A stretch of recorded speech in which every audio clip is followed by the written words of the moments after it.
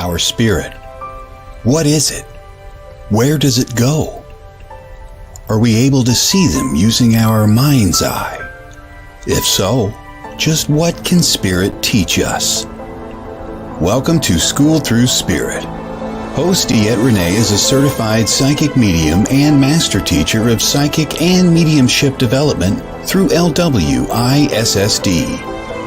DeEtte was born knowing spirit and now is here to help you better understand the spirit world. And now your host, DeEtte Ranae.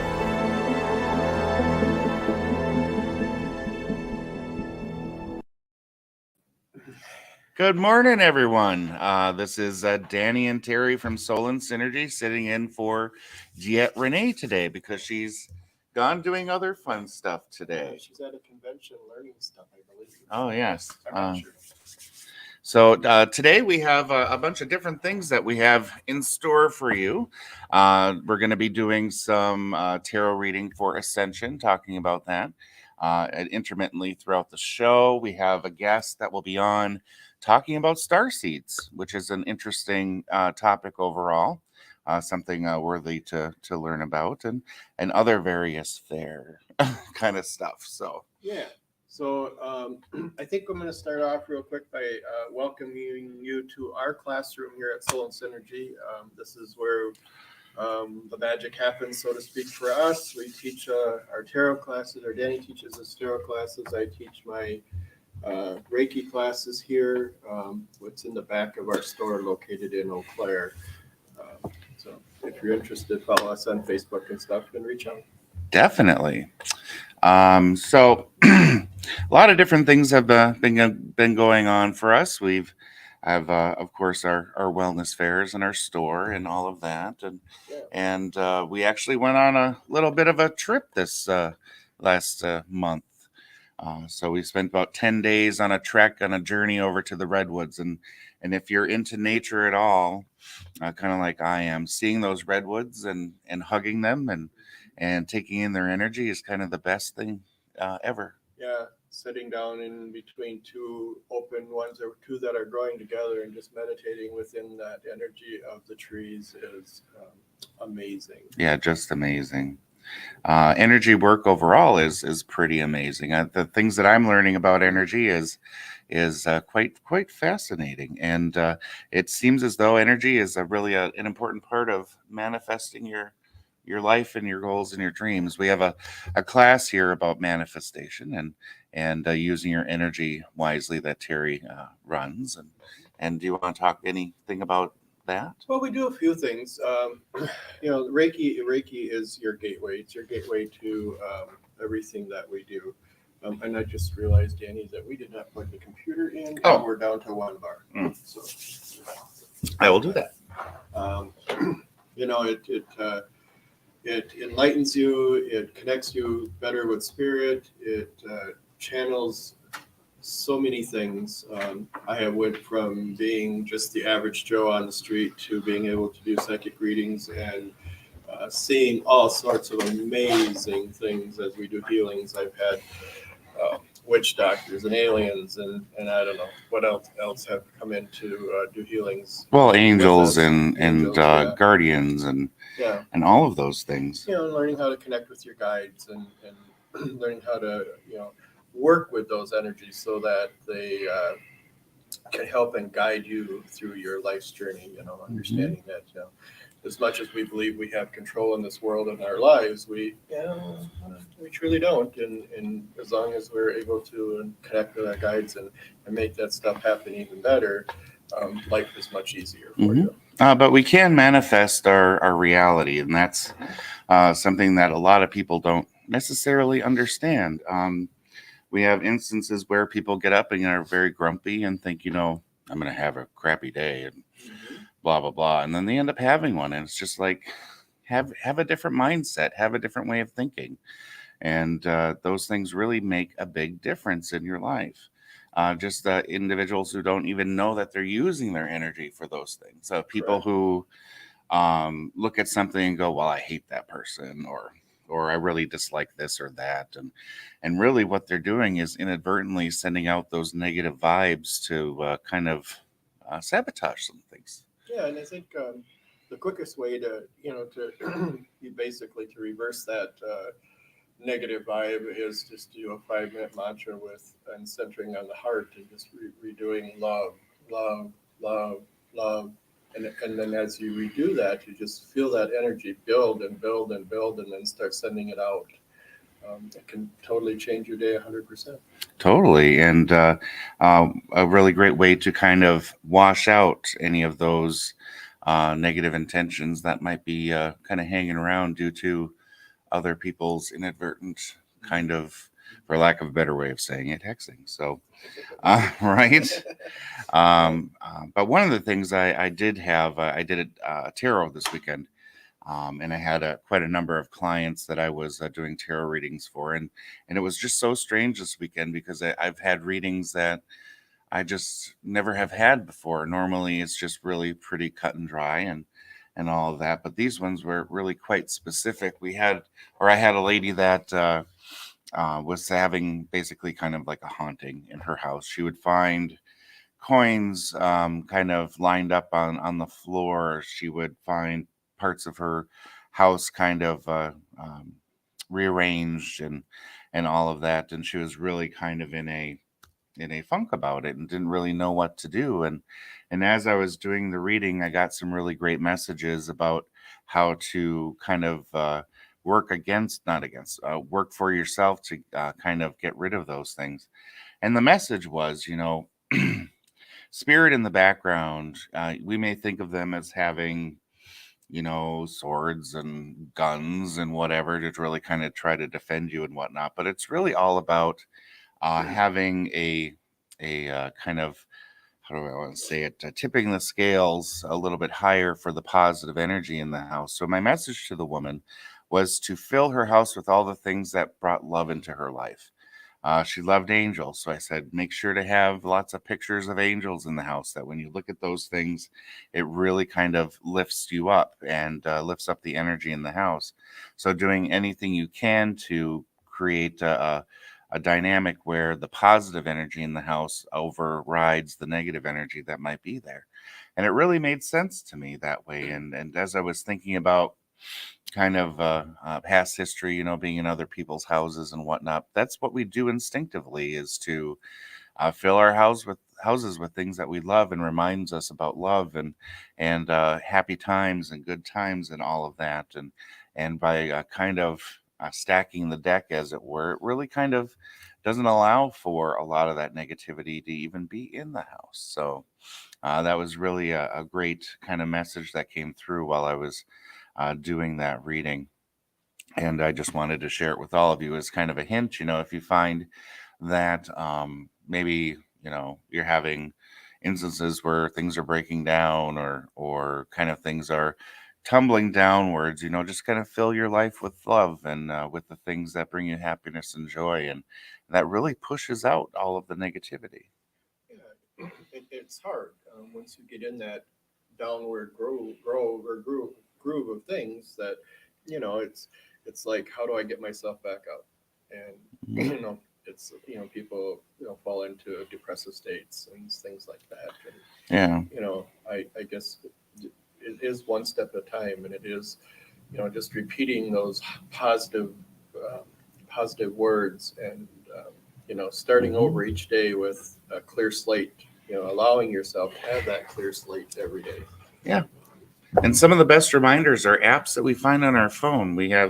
Terry and I both have an app on our phone that really reminds us of positive phrases and words every morning, and actually throughout the day. And every hour. And you read it and you feel really good about yourself, and that really raises the vibe. So using tools like that to remind yourself. I personally, on my background on my phone, a lot of times I put words to remind myself to kind of stay up and in a higher vibration, as it's called, and it really brings good stuff into our world. Yeah, yeah. The app is called I Am, and that's the one that we use. but there's several out there. Mm-hmm. There's meditation apps. There's so many things in our world that can help us raise our vibration. And just remembering that it's just for today. It's just today. It doesn't have to be tomorrow. It doesn't have to be continuing. You can change those things. And it's really kind of sad when people feel as though they have no control. Like they're at the mercy of chance, and that they have no say about what's going to happen to them and whatnot. So they worry, and that energy of worry really kind of manifests the things that they worry about sometimes. And unless you have a different kind of mindset about that. But a good example is I'll bring in my mom. Right. Yeah. Right. My mother currently is experiencing some health issues, and she had some real negative kind of ways of thinking and worrying and thinking nobody's going to help me and all of that. And I had a really good talk with her about how to change her mindset and allow all the positivity, and it was like all the dominoes lined up and whatnot, and she got where she needed to be. So she is now a master manifester. Yeah, she's been a master manifester all her life. She just didn't even know it. Right. This is a woman that got everything that she really needed and wanted, and didn't even know that she was doing it. But it's just interesting when you change your mindset how great things can be. Yeah, absolutely. It certainly is. Mm-hmm. When you talk about your mom, is I've just been watching it in the last few weeks. I want to go here. I want to go there. I want to do this. I want to do that. And I'm seeing some roadblocks for it. And she's like, oh, Danny's like, oh, well, we're moving her to this place, or we're doing this, or we're doing that. I'm like, how did that even happen? And then going back into those positive and looking at how I manifest, and I do several different things. So, I do ceremony, or I'll like imaging, and just knowing that it's going to be, allowing the universe to bring it to you, Yeah, and one of the things that in my personal career, I was a risk manager for about 10 years, and my job was to think about every which way something could go wrong, and then put different things in place, so or mitigate those things is what it was called, and make sure that they really didn't happen. So in my personal life, I kind of carried that through, and in some ways that really was a detriment, because I would think about a way something would be a roadblock, and boom, there it would be. And instead of that, I kind of thought, okay, if this is kind of a way of something can go, then this is what I'm going to do energetically to make sure it doesn't happen. And it just allows that flow to happen and kind of move along. While thinking of pitfalls and all of that is pretty good in the business sense. In the personal world, it's really good to kind of think of ways that everything is going to go right. Everything goes right. Yeah. Mm-hmm. Yeah, and it is, and I'll tell you, because I'm not the master manifester, and I can tell you when my energies are off. And Danny can sense it like immediately, like he'll start talking to me about it. But things are going really good and really good and really good, and then I just slack back and it's all going really good. I don't need to do anything anymore. And then all of a sudden I see things go down. It's like, wait a minute. Okay. So then I start working it again, and it picks back up, and life gets better, and the store gets better, and this and that gets better. The classes fill up again. So it is amazing to see how that works. And really, it's kind of an interesting thing to really, when you get good at meditation and you can silence your own thoughts, to hear the thoughts in the background that are kind of moving along. I know I had a session of meditation where I completely shut off my personal thinking, and as I kind of went down into I guess you would call the theta state or whatever, I heard this background conversation going on, and there were words that weren't mine. And it was probably the subconscious repeating things that it's heard over the years that were either positive or negative. And it's recognizing that when you have a negative thought, really think, did that really come from me? Yeah. Or did that come from the background? Those thoughts of, or I'm not good enough, or you'll never be able to do that, or any of those things come from the background. And if you just say, no, I will be able to handle this, I will be able to do this. and believe in yourself, those negative pieces and talk kind of dissipate and get quieter and quieter over a period of time. So meditation is really kind of key to making sure you're manifesting in the correct direction. I see we have a question here. Do you want to read it? Sure. I'm gonna read it off my phone. Okay. So this is from Caden. It says, do you also believe that if whatever you are trying to manifest doesn't happen, it's your higher self keeping you away from a certain path, or do you believe you should be able to manifest regardless if you practice hard enough? Well, if you want to think along the lines of like the whole ascension kind of way of thinking, the whole point of going on that path is to reach instant manifestation of the things that you want, the things that you need, and kind of being careful with your thought patterns and all of that to make sure that those types of things happen. So, and again, a lot of this has to do with, as far as manifestation goes, not necessarily your higher self keeping things away from you or keeping you on a certain path. A lot of times it's the background mantras that are going on in your head saying, I'm not good enough. This isn't the way I should be going. You know, I was told all my life that I needed to do X, Y, and Z. And it's kind of those storylines that have been put in your head that are really kind of blocking your path. So you have to feed your subconscious positive storylines on which way you want to go and all of that. And really that helps with the roadblocks. And it's a general feeling of unworthiness. And that's kind of what we're taught growing up, is that if you don't do things in a certain way, you're not worthy of having it. Right. And it's really important to kind of undo that learning to really kind of open up those channels to have the things that you want come to pass. Yeah, exactly. And you know, I do believe that when you manifest, you got to remember that what you're manifesting, it can't be harmful.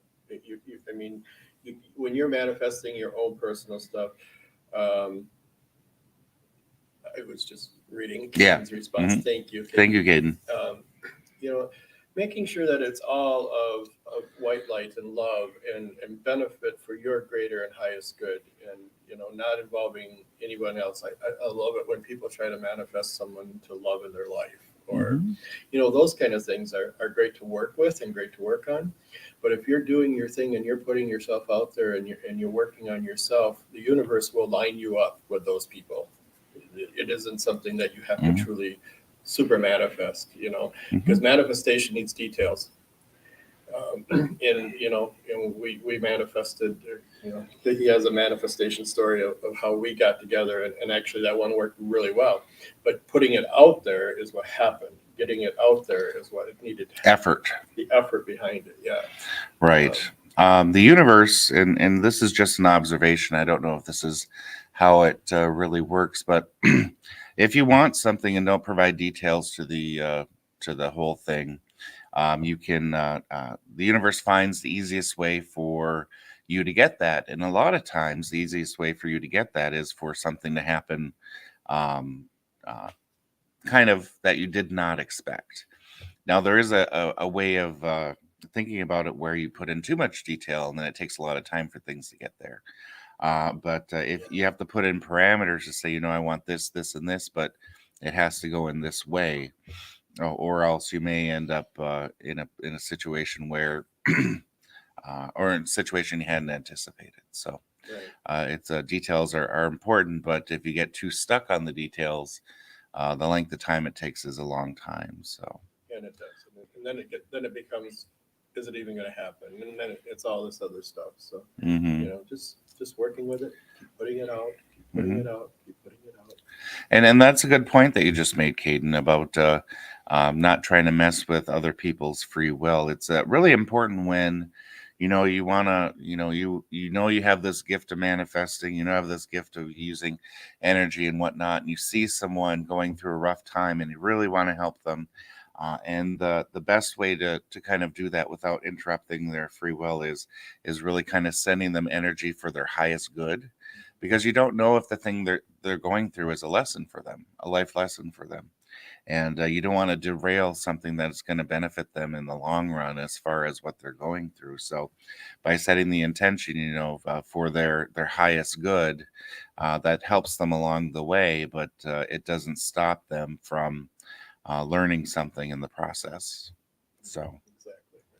so then you're not messing with anybody. Yeah. But as far as people who are causing harm to others, it's the same way. If you send that to them so that they maybe experience a life lesson where they know not to do that anymore, that's a good way to go as well. Good morning, Diana. Yeah, good morning, Diana. So even though, as the general public, people use energy all the time and they don't even know what's going to happen with their energy. A good way, as we had said in the beginning of this talk, is to kind of enroll in a Reiki class. Because Reiki provides a little bit more information on how to focus that energy and how to utilize that energy. And it's a really great way of having an introduction to having tools on how to use those things. Right. Yeah, and like I said, we offer them here, but I think what one of the things that they're trying to tell me right now is just to remember that that we're all in this together. This has nothing to do with you or me or individuals. It has everything to do with the collective and bringing those energies together and working individually, but as one, so to speak, for the greater and higher good of the whole planet. So. And we did participate in something about a year or 2 years ago. It was during COVID. So. They were having fires over in Australia, and we were a part of, I think it was Unity on Facebook, and they had a kind of worldwide meditation to stop the devastation in Australia, and hosted a guided meditation for everyone to take part in. And as we were doing that, you could really feel a lot of that focused energy going where it needed to go. And lo and behold, a day later, there was torrential rains over that area, and cynics might say, that was coincidence, this really doesn't work, whatever, blah, blah, blah. Yeah. But it's just very important to realize that a lot of that negative talk about metaphysical type of things really comes from people who, I don't want to say it, people throughout history recognizing that individuals have the power to control their lives, but want to make sure people don't believe it. Yes. So that they maintain that control, they maintain that power, and they don't want the general public to know those things. So we're taught that all this stuff is hooey. We're taught all this stuff doesn't exist. We're taught all this stuff is just in our imaginations because the people who really know it works doesn't want everybody to know. Right. So that's really kind of the culture that has been created to keep us in slave mode. Yeah, and I'm sure Caden and Diana, as you guys are listening, and you can feel, our energy building and how we send out to you guys and feel the energy, just this alone. Because remember that, everything is energy, of course, and everything is connected. So, sorry. You're kind of channeling. This is what happens when he starts to channel. He kind of goes into this stutter mode. This stutter mode. Yes, that's exactly what I was thinking. I think one of the biggest things that they're trying to get through this morning is that they just keep coming back to this whole, we are one. We are consciousness. We are all together. And so I don't normally do this kind of thing on the radio, or on this kind of broadcast. But I say so. So Diana, can you tell me what your feelings are with the dragon world? Oh, you're picking up stuff from the dragon stuff. Yeah. You have to get closer to the mic. Oh, I'm sorry. So. I agree. I was meditating on that last night. So what they want to bring across for you is that, that the big red one that you carry around, does that resonate at all? But a big red A dragon. big red dragon? Yeah. Ooh, that sounds like a pretty kind of thing. Do you work with? There is a giant red dragon with you. When I see dragons, it feels more as guidance, protection type stuff. This big red dragon feels like he's there for you for guidance. His name keeps coming through like Emal or Emoal or something like that. But concentrate when you do your meditations. Work with that dragon and see what happens with that, because he's there and he's huge and he's but it feels like the name of Emal, and I'm not sure where that comes from. It feels very ancient to me. Mm-hmm. Okay. Yeah, this is the danger of putting people in front of Terry.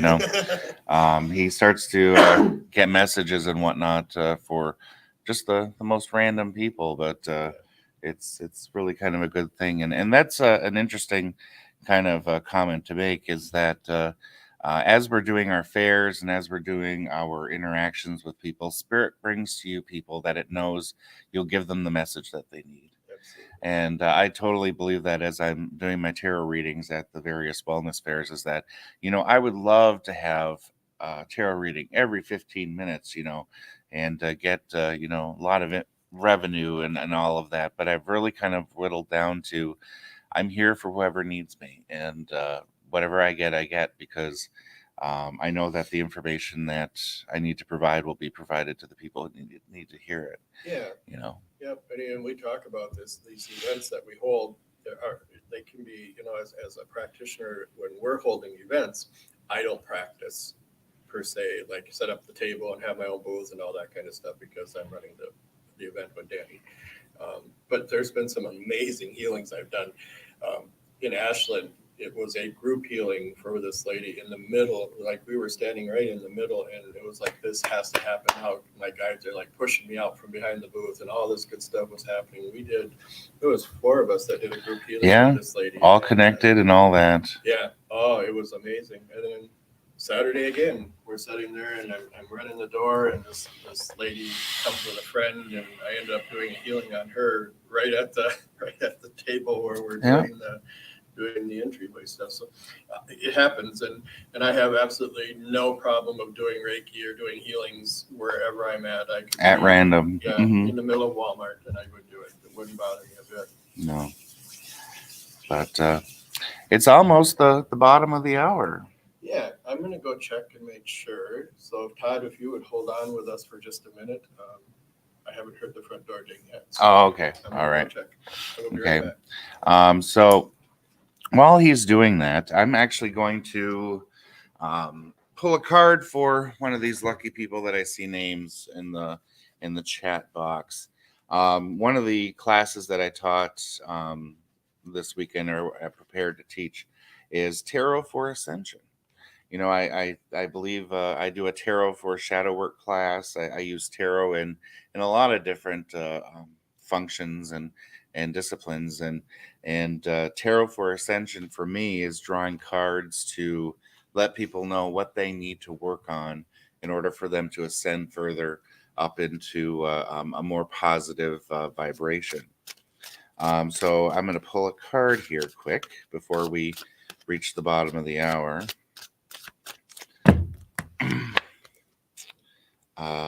Here we have the Watcher, and we're going to have the Watcher for Aaron. I use the Chrysalis deck, which I believe is a very beautiful and artistic deck. And the Watcher, as you can see, is kind of this older crone that is kind of on top of a hill with an owl and kind of watching over various things. So to me, Aaron, this would mean that we need to work on being an observer of our thoughts. We need to observe the things that are going on in our mind and really kind of pick and choose which ones that we hold on to. and make sure that we educate and instruct our human brain that we are going to hang on to those positive thoughts and no longer um, even think about the negative things about how things are how I'm not worthy or anything like that. So for attention for you, it's going to be observing your thoughts and your thought patterns and not judging them, but just really see where they're coming from. What voices are they in? Who do you hear saying those things to you? And really figure out what your voice is in your mind versus the voices that your subconscious has recorded that are kind of manifesting your life for you. We normally do a Tarot Tuesday card call, but Danny, will you do one for the week for today? I will, but we're at the bottom of the hour, so Yeah. let's kind of go to a break, and then I will start with that. And when our guest arrives, he arrives. Sounds good. Okay, we'll be right back.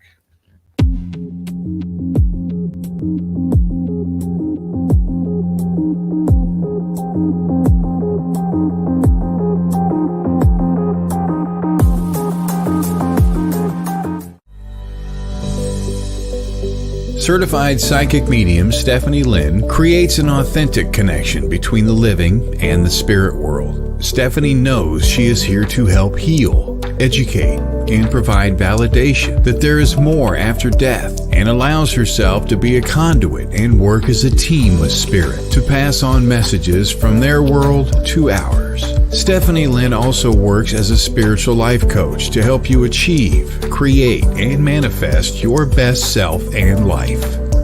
Looking for help communicating with an animal? Searching for a past life regression therapist? Or dealing with a paranormal experience? Stephanie Lynn is here to help. For a list of full services, visit her on Facebook under Stephanie Lynn Spirit Sensitive. That's Stephanie Lynn Spirit Sensitive.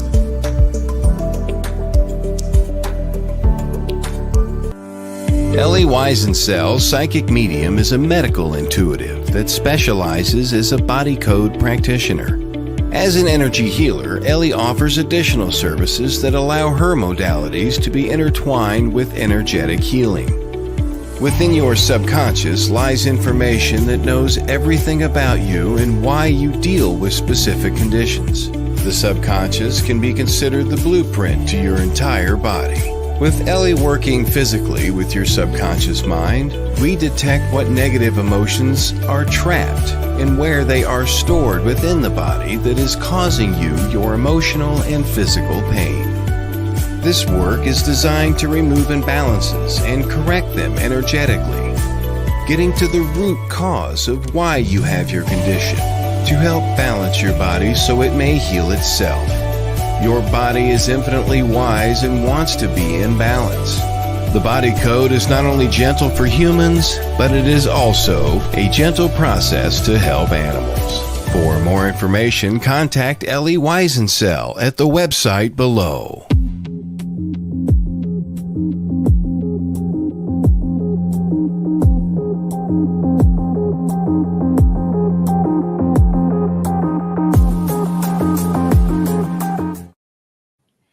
Welcome back, everyone. And as you can see, Terry turned into someone else. I'd like to introduce everyone. This is Craig Sampo. He works here at our store, is one of our backbones to our organization, and he is really educated and knowledgeable on star seeds. But before we get to that, I'm going to do the tarot card for the week, which is something we talked about before the break. And here we go. The Eight of Spirals. For all you listeners out there, this is a deer that appears to be in the background of having meteors falling and all of that. But what this means is make sure you're running towards the goal instead of dodging bullets along the way. And really making sure that you've created for yourself a vision board or a vision of where you want to see your future. And so that you're running towards something instead of putting out fires all the time. Okay, so we'll move on here to star seeds. So could you really kind of let everybody know what a star seed is? Well, basically, a star seed is a soul that has had many other lifetimes on planets other than Earth before coming here, or in parallel to Earth, I suppose you could say. You could include wanderers in there. Usually you've been traveling the universe or the galaxy, or maybe many universes perhaps, Mhm. just throughout your various countless lifetimes. Arcturus, the Pleiades, Lyra, even plenty that we've probably never heard of and may never hear of at all. Okay. So how does someone know where they're from? Well, that can be a complicated but yet simple answer. Sometimes you can see those little quizzes. They've got lists of bullet points of different personality traits that you could carry that tend to resonate with particular star families. Otherwise, you could try sitting in meditation and asking and see what kind of a name comes through, or it just depends what you resonate with, really. Okay. So can you kind of talk about the traits of some of the planets that we're aware of? Yeah. Like what do Pleiadians represent? What do Arcturians represent? Can you kind of talk about that? I'll start with Arcturians because I'm a bit more familiar with them. The Arcturians tend to love technology. They like to learn from everything they can. Every experience for an Arcturian is a learning experience.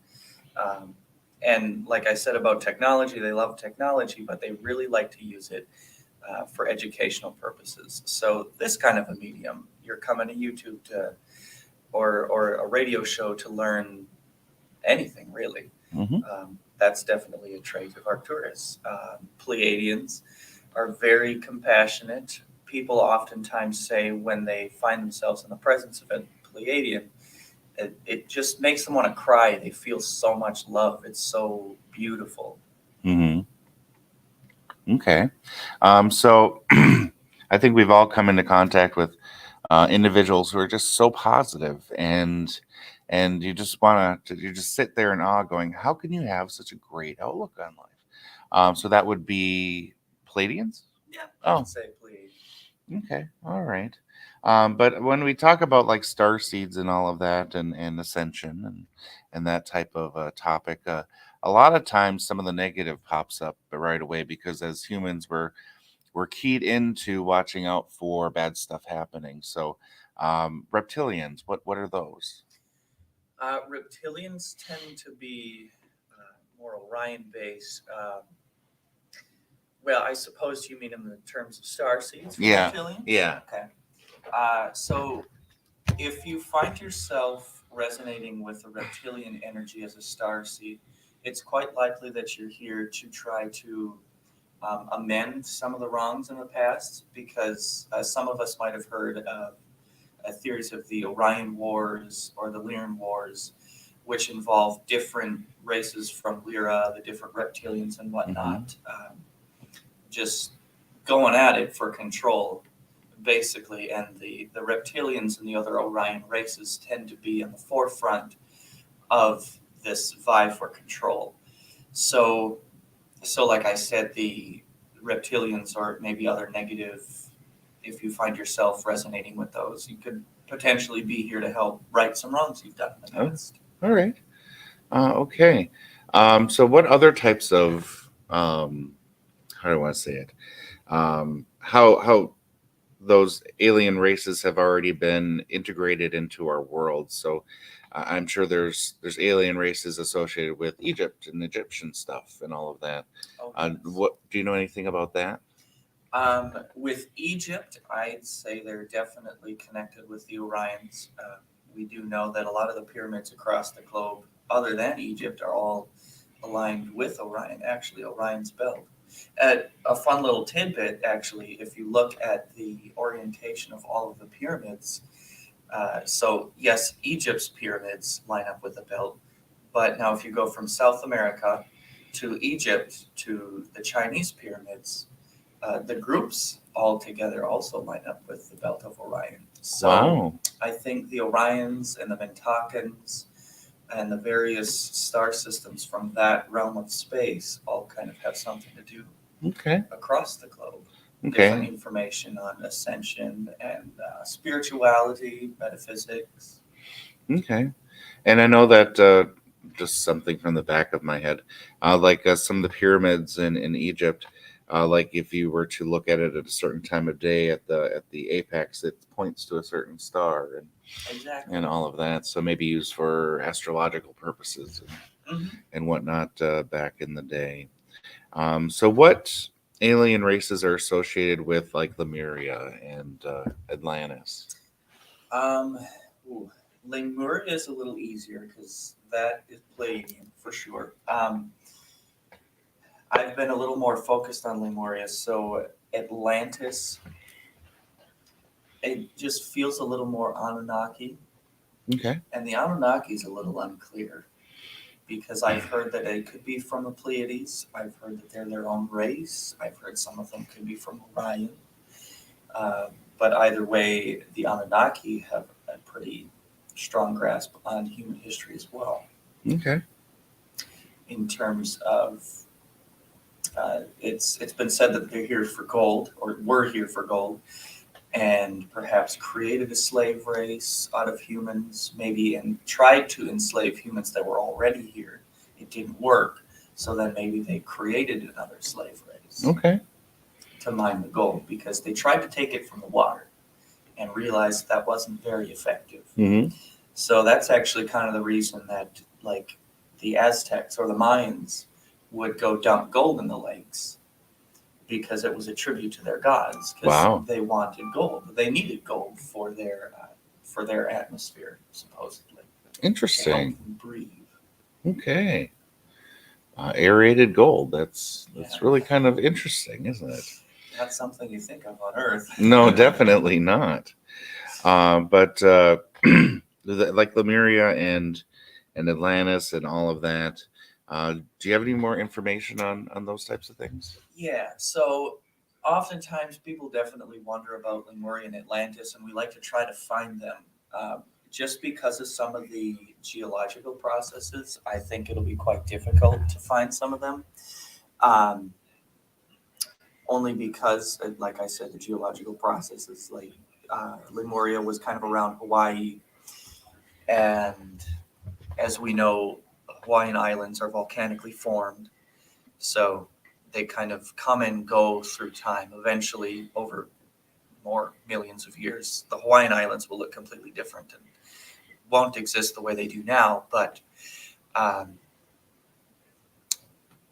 in terms of finding them currently, the biggest thing that matters is understanding how they were and not necessarily what happened to them, because Atlantis. Mm-hmm. So things we can learn from Atlantis is it really looks like our current, the power struggle in the globe, Mm-hmm. that everybody wants control and everybody's trying to control other people. And that's kind of one of the things that led to Atlantis' downfall, is Mhm. everyone was trying to control everyone else. Mhm. They both used crystals for some sort of power. The Lemurians were more focused on using them for good, and they were focused on using crystals for energy and nature as well. Mhm. And then Atlantis was more technological in harnessing that power for their own good. Mhm. There are definitely good things that can come from Atlantis as well. There's a lot of ancient lost knowledge that has been kind of disseminated through the different occult teachings that you Mhm. find today. But ultimately, they can kind of help show us where two different places we could be going. So realistically, we'd really like to focus more on the Lemurians going Right, forward, right. because more nature-centered. We need to get back to connecting with nature. Mm-hmm. Like I did touching the redwoods. That Exactly. was so awesome. But it's kind of an interesting story. A kind of a, I don't know if you'd call it a parable almost, but where we know of a previous civilization that destroyed itself over a power struggle, and really that kind of echoes something else about us as a human race, where where I forget what it's called, and you might know, but we're at a point in our evolution where, let's say, other species are looking at us to see which way we're going to tip.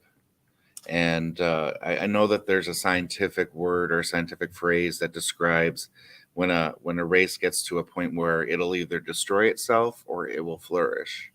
whether destruction would be mutually assured destruction. Hmm. I think I kind of glean what you're talking Yeah, about or getting to. I- It's like the different categories of civilization. Yes, that's what I'm talking Yeah, about. like Yeah. we're not even a level 1 yet Hmm. because we haven't even fully harnessed the true power of the planet itself. Hmm. And I guess that's kind of even where we're going right now is with all this green technology, Hmm. with harnessing geothermal energy. Yeah, wind, windmills, the solar dams. panels. Hmm.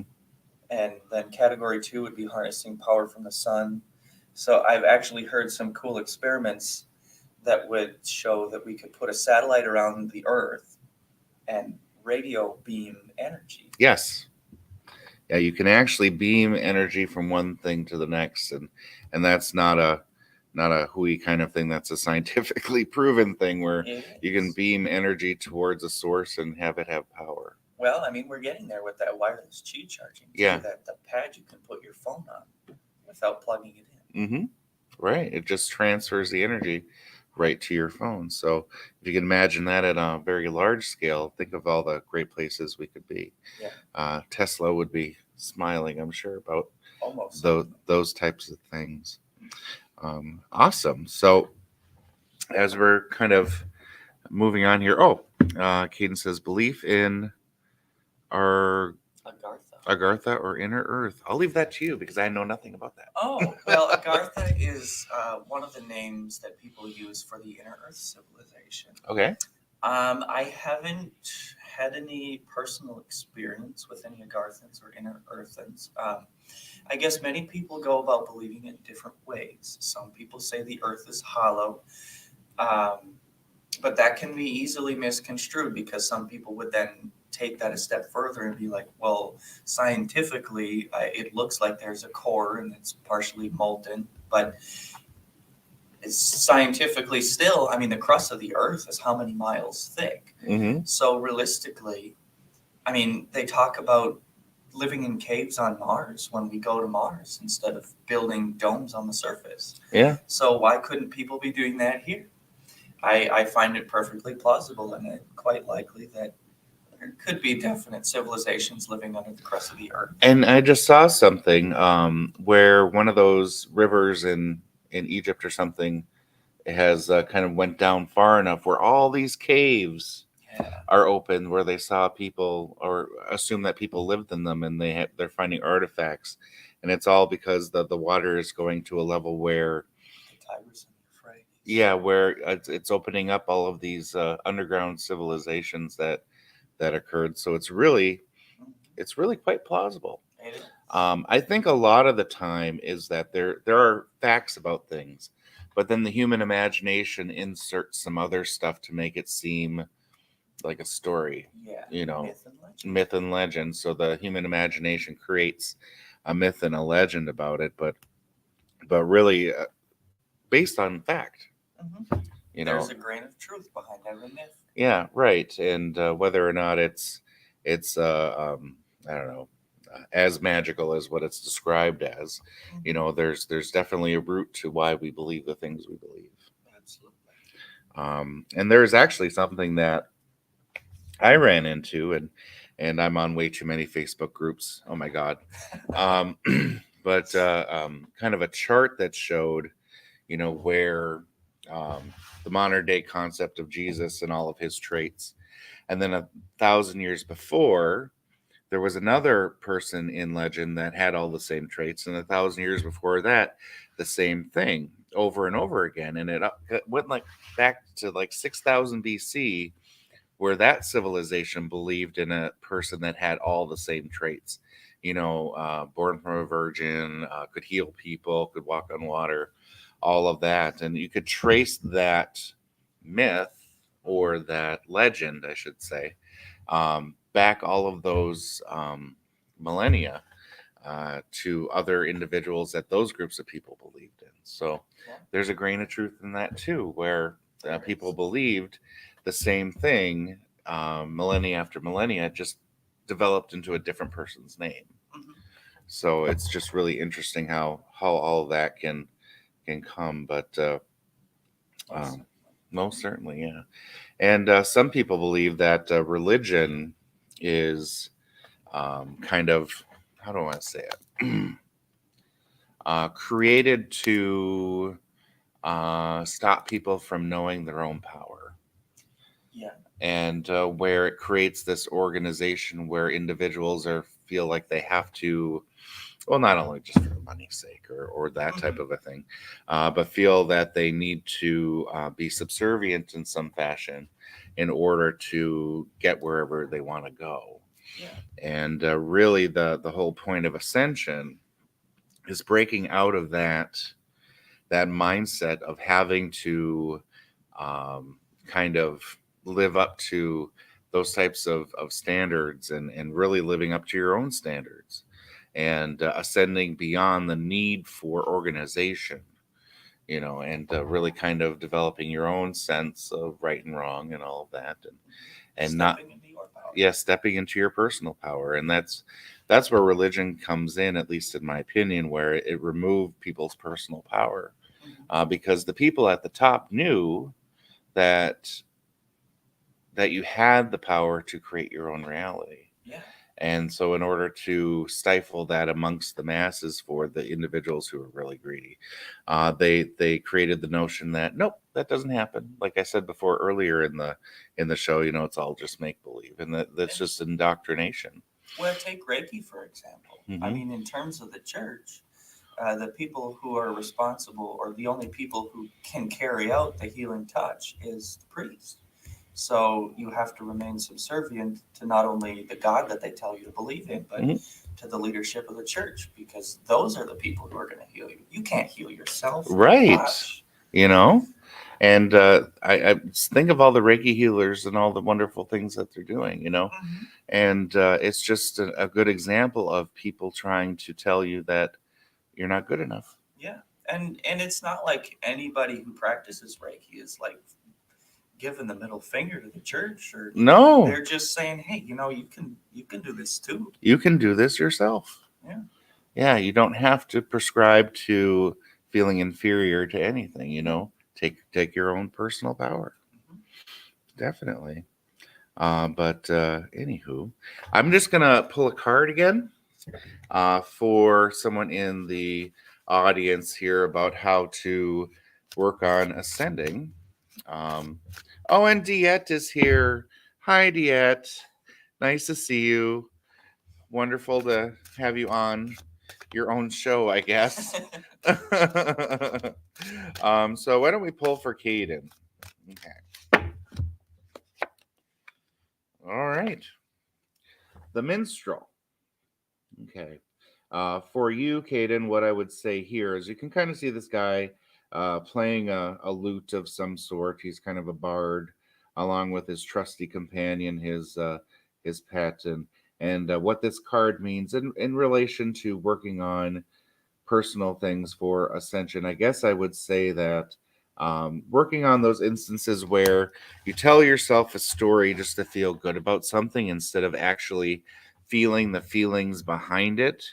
A lot of times we say, "Oh, it's okay," or "That'll be fine," or any of those things. But what we're really doing is kind of muting our own feelings and emotions and actually working through them, and we're kind of stopping those things from happening, and it really builds up that energy inside that needs release. And it's all about releasing all those energies and getting it off our chest and then accepting and moving on. So I guess for you, what I would say is kind of look at those instances where you kind of tell yourself a little story to make yourself feel better about something, and really look under that story of what it is and kind of work through it and get it off of your, I don't know, your shadow or whatever you want to call it, and just kind of move on from it. So that is your thing. All right. So back to some of the more interesting things. We when did we do that? We had a little get together at our house at Terry and my house, and we like to have bonfires and whatnot, and we had a really big gathering for my last birthday in August, and this guy here wanted to call the aliens, and I'm like, we're not doing that because nobody is overdoing me on my birthday. it's all about me kind of a thing. But can you describe the process that you were going to use for calling the aliens in? Yeah. So I guess I'll back up a little bit first. That extraterrestrials are here and ready to make contact with us, and so we've had that scale developed to the different close encounters, like the first, the second, the third, the fourth kind, and whatnot. It just depends on how close they get. Like one would be seeing a UFO in the sky. Two would be it coming in closer to you within. I think they actually made it like within 500 feet or something like that. Three would be them stepping out of the ship and kind of interacting with you. Four would be making contact with you. So we have a new category. I guess it's new. It's been around for almost 20 years now, but it's close encounters of the fifth kind, and that is human-initiated extraterrestrial contact. For even further in-depth information, you could check out Stephen Greer. There's a few. He's got some cool books and stuff on it. But close encounters of the fifth kind entails meditation, really. So it seems to work best in groups. We've all heard that saying, or maybe we've all heard the saying, where two or three are gathered. It does appear in the Bible, but it refers to multiple people getting together and increasing the power of particular belief. So it works best in a group of two or more people. You'd all get into a meditative state, and you would set an intention that you would like to initiate contact with whoever is out there in a peaceful and loving way. And you'd kind of begin by taking note of where you are. What do your surroundings look like? And then try to view yourselves from above. Now, you kind of all want to try to do this at the same time just to amplify the power of the signal. And so you'd kind of zoom up, just look at your group, and you zoom further, maybe look at the city where you are, and then further out the state or country or territory, and further still to the globe, and then project out where we are in the universe. Kind of like Google Earth going up. Exactly. Yeah. Just like zoom out and send the picture of you zooming out into the universe, and ask for anybody who's comfortable to respond in love and light. That's kind of important. We don't want any negatives showing up, trying to take us away. But the intention is important to set that we invite you to manifest in any way that is comfortable for you and for the rest of us in the group, because not everybody in the group could be on the same page. Mm-hmm. So not everybody in the group is going to be ready to stand and shake hands with an alien. Some people would only be comfortable with just seeing it shoot or dart across the sky. And there have been some interesting documentations of cases, like just seeing a little ship and they're all like, well, that's cool. I saw it come in, but like now it almost looks like a star. Can you move a little? And it zips around a little bit and zigzags and then takes off. Mm-hmm. And what were the initials behind that? CP5 or something? CE5. CE5? Close Encounters of the Fifth Kind. Okay. I know that intellectually, we may be ready to say, oh, hey there, glowing orb. Hi, how you doing? But our bodies may not be ready for that, because our minds might be like, oh, that's not a big deal. But when you put that image, or if it really were to happen in front of you, your body will react with the way it's been taught, is to duck, run, scream, and all of that. Oh, yes. And it's overriding your body's need to feel safe with your intellect that would make that a successful thing. Yes, I definitely concur with that. Heck, just a couple of weeks ago, I was outside. I was going out, taking out the garbage. It was a Sunday night. And I was just standing there because it was a really nice, clear night, just looking up at the stars, like, hey, guys, I'm ready. It'd be really cool to see you whenever you want. Well, and then not too far away, a rabbit just like suddenly darted out of the yard. I jumped like, oh God, okay, well, maybe I'm not ready. Yeah, exactly. Exactly. When your body gets to the point where it's not afraid of anything, Mm-hmm. and you have that level of confidence of, I'm going to get through whatever comes at me, and your body is trained to not respond in that way. And I think that's a very important piece of it, is in being ready for seeing something that looks like a praying mantis, or Yeah. or seeing something that looks like something from a monster movie coming at you, and not responding in the way of fear and all of that, and grabbing the closest weapon and protecting yourself when it's something that probably didn't even want to hurt you to begin with. Exactly. Just because something looks scary doesn't mean it wants to hurt you. Well, and unfortunately, that's kind of almost been conditioned into the human populace too. Yeah. I mean, a lot of the space movies that came out in like the early 50s and 60s and such, they were all scary. They were all here to kill us, like Attack from Mars. And Do you think that was planned? I think it could be very well planned. Do you think that was a way of, again, indoctrinating the public to be afraid of those things? Yes. Well, Werner von Braun, a famous rocket scientist who designed the Saturn V rocket. Firstly, he did design that rocket. It took us to the moon. He designed it powerful enough to take us to Mars. So he was definitely on another level there. But in terms of the power struggle on Earth, this was around the time of World War II. So he said, they're going to make race the next issue. Well, then after that, everybody's going to realize, oh, it's really not that big of a deal. So the next thing he said that they try to use to unify people in the fight against something else is extraterrestrials. That they would try to make us all believe that they're here to hurt us, so that we unite to destroy them, to try to become the ultimate power in the universe. Well, ironically enough, I suppose I couldn't say how much they do or don't know this, but kind of back to the starseed stuff, there's other various also powerful star families who would say that spiritually, the human civilization is probably the most powerful biological being in the universe. Like, we have the capability to be in this meat sack and do all the things that the non-physical star families are doing. Like the Arcturians are non-physical. They only have a star. There's no planets. They're 30 light years away. So we can currently observe that within the last 30 years, there's no planets. So unless they've been recently destroyed or something, or ascended, they're non-physical. People have constant contact with Arcturians. They're non-physical. So we have the same capabilities. That's what I'm getting at. But it's just that we're told it's all a bunch of phooey. Yeah.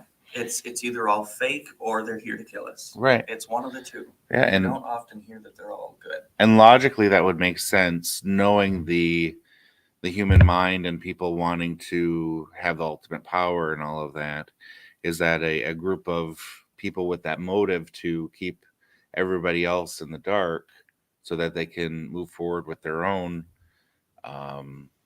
plans. It would make sense to do that to the public. Yeah. Fear is kind of how the world governments have tended to lead so far. Yeah. It's fear, guilt, and shame.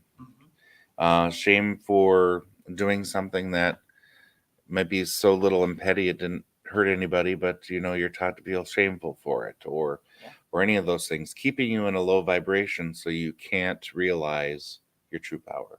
Exactly. I mean, it's like we used to say it was the 15 minutes of fame, and it's not. I think it was Tim Minchin, or I think that's who it was. Wrote a song recently. It's 15 minutes of infamy, because now it seems that more people are recognized for their faults now. Yeah, we've gotten to that point. Like it's tear them down. Cancel culture. Yeah. Sure, there's probably some people that we don't necessarily need to listen to their platforms anymore. So cancel culture is good at times. Yeah. Anyway, that's a whole nother can of worms. Totally. But here we have a question from Caden. It's, do you believe anyone can make contact, or does it take a specific energy within a person? Anyone can make contact. It just depends on really your ability to kind of clear your mind. I guess the energy that it would take is calm. Love. Calm and love. The nature of the universe and is confidence. Love. Yes. That's a big one with energy that I have learned is getting rid of the voices in the back of your mind that are telling you, you know, here's a good one. After I was trying to commune with the trees and all of that to kind of, learn from them and all of that, I was walking away, and I do hear voices here and there, kind of like coming through my thoughts, and I heard it was just a goddamn tree, you know. And it's those kind of things in the background that really try to demean you and kind of put you in a pigeonhole and all of that, and it's just sad. So I feel bad for those negative voices and all of that kind of go through people's minds, because the things that they're gonna miss, of all the great stuff that can happen. So confidence is a big thing, and trying to ignore those judgments and all of that telling you you're fake or whatever, and keeping that confidence. And the more confidence you have, the more powerful you are. Mhm. And that's how people in power right now have the power, Exactly. because they were confident enough, and that confidence in themselves have manifested them in that position. We like to believe confidence. Right. And they make sure that other people, um how do I say it, um that's the whole point behind a lot of those, what are those ads called that tear politicians down and all of that, Mudslinging. mudslinging and all of that. Smearing and mudslinging. That's just supposed to make the other feel, angry, or any of those negative vibrations, and really trying to get them off of their game, so the manifestation is kind of halted. So it's all out there. Mhm. It's people are doing it whether they know it or not, and it's just all about being confident in your own power that you can pretty much do anything. Yeah, really. Mm-hmm. Well, because I mean, back to now the extraterrestrial side of things. Mhm. Like I said earlier, they either like to believe or like you to believe that they're here to kill us or they don't exist. Mhm. Is, well, look at the size of the universe. It's so huge. It's almost, It's infinite. yeah, it almost feels ludicrous to believe that nothing else but life on Earth exists. Right. Now, I suppose I'm not trying to call anybody out or anything, but it's just the universe is so massive. Why couldn't there be other life? Yeah. And using even rudimentary logic would tell you, Mm-hmm. in an infinite amount of space, we would have other instances of life. Yeah. I You mean, know? sure, then you get to the point where, well, if there's so many out there, where are they? Why aren't they making communication? Look how far apart we are. Yeah. One, how far apart we are. Are we really ready? Because, like we were just saying, they'd like us to believe that they're either not there or they're here to kill us. And so far, as the last few thousand years of human history would prove to anybody, Mhm. we're way too militaristic. All of the movies about aliens, Mm-hmm. either they're trying to kill us or we're trying to kill them. And Yeah. especially when we're trying to kill them, they weren't here for negative intentions. Yeah. Arrival, a beautiful movie if you haven't seen it yet. They're just here. It's been a while since I've seen it. They're just looking for help and Mhm. just a warning that just, hey, watch out, don't destroy yourselves. And here our military pulls up with tanks immediately trying to blow them out of the sky, and they're just sitting there, Right. not doing anything. Taught to fear. We Yeah. fear what's different as humans. I mean, I guess that's the explanation behind all the race wars. Is we're afraid of what looks different, Mm-hmm. and there's no reason to. Okay, Jamie Lynn, I agree. We are human. We have faults. Look for the positive in those faults, not only in yourself but in others. That's a really good way of kind of thinking about it. Sometimes a fault in someone else, how do you want to say it? People are like a jigsaw puzzle where you take the benefits of one person, put it with another, and the one person's faults are offset by the other person's kind of benefits, and you stick together and you work great together. We're all like puzzle pieces where we have really good things that we know to do, and some areas that we're not so good at, that we all fit together really well. So yeah, I Puzzle could. pieces or mirrors. Your mirrors, yeah. Sometimes the faults we see in others are things we need to work on in ourselves. Yeah. And I definitely have found that people who talk down to other people and all of that really have that inside themselves, and they're embarrassed about it. Mm-hmm. So they make sure to call it out in other people, so they feel just as bad as they do. Yeah, I've found that in myself. In the past I've seen narcissists, and I've then discovered, oh, I kind of have that tendency too. Maybe I should look at myself. Yeah. And when you pass judgment on someone else, it usually means that it's something inside of yourself that you don't like. Mm-hmm. And that's just the way that you need to see it. Mm-hmm. But really, Jamie, along further with your comment, it's the you don't know the light without the dark. You don't know the light without the dark. And sometimes, as it would seem, we're supposed to learn from our mistakes as humanity. And hopefully now, I think we've really gotten to a point where we can all as humanity look back and say, well, I suppose we've been a little harsh on ourselves and others. And I see the change coming. I think we all do. We can feel it. It's in the air. Yeah. Can you imagine the aliens that watch our movies and go, oh, they're just going to kill us, so why do we even bother? Oh, yeah. You know? Yeah, there probably definitely are. Yeah, right. And it's interesting to note that I like to watch stuff about the universe and all that kind of a thing, and on every kind of educational channel I can find it. And our radio signals have just broken what they call the helion or something like that. The heliosphere outside of our solar system. So something would have to be, going on a Sunday ride just outside of our solar system to even know we're here. A singular star. Yeah. Unless you prescribe to the thought that, humans are kind of a hybrid between, our roots genetically and various alien races. Yes. Wasn't there something, and kind of going back to Egypt, where it wasn't the Anunnaki that spliced us to create a slave race? Yeah, that's one way to go. Well, I mean, I've heard that we've kind of got a little bit of all of the star races in our DNA. So Anunnaki, yeah, specifically splitting to create the slave race. But the Pleiadians have influenced our DNA, the Arcturians have influenced, and so on and so forth. We've got reptilian DNA. I mean, you do hear science speaking of the reptilian brain or the mammalian brain that humans think with. Mm-hmm. Definitely. And it's very interesting, though. We have these concepts of what each of these different races represent. Mm-hmm. And they're all facets of the human personality. They really are.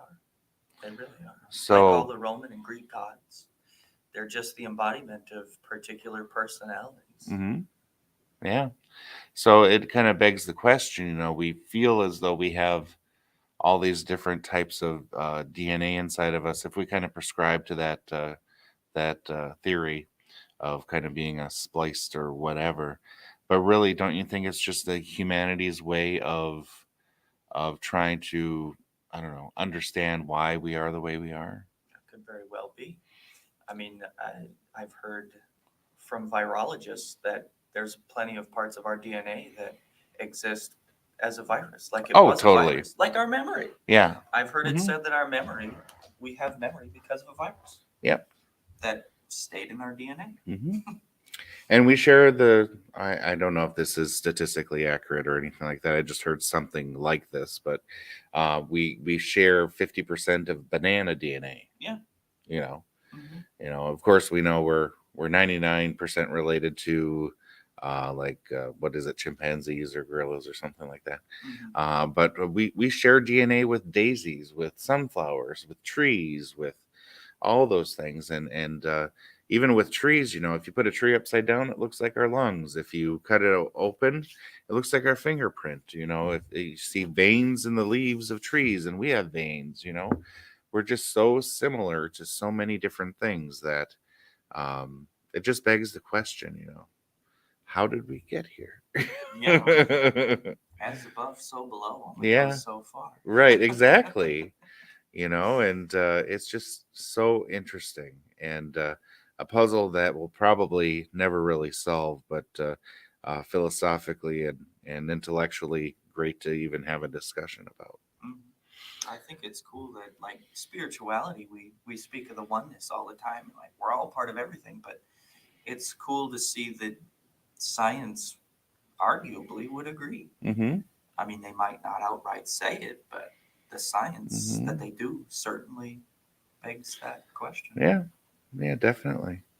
And perhaps that's kind of why some of us feel as though alien races focus on us, because we're kind of how do we want to say it? Probably the best versions of all of them. Yeah, a mixing pot.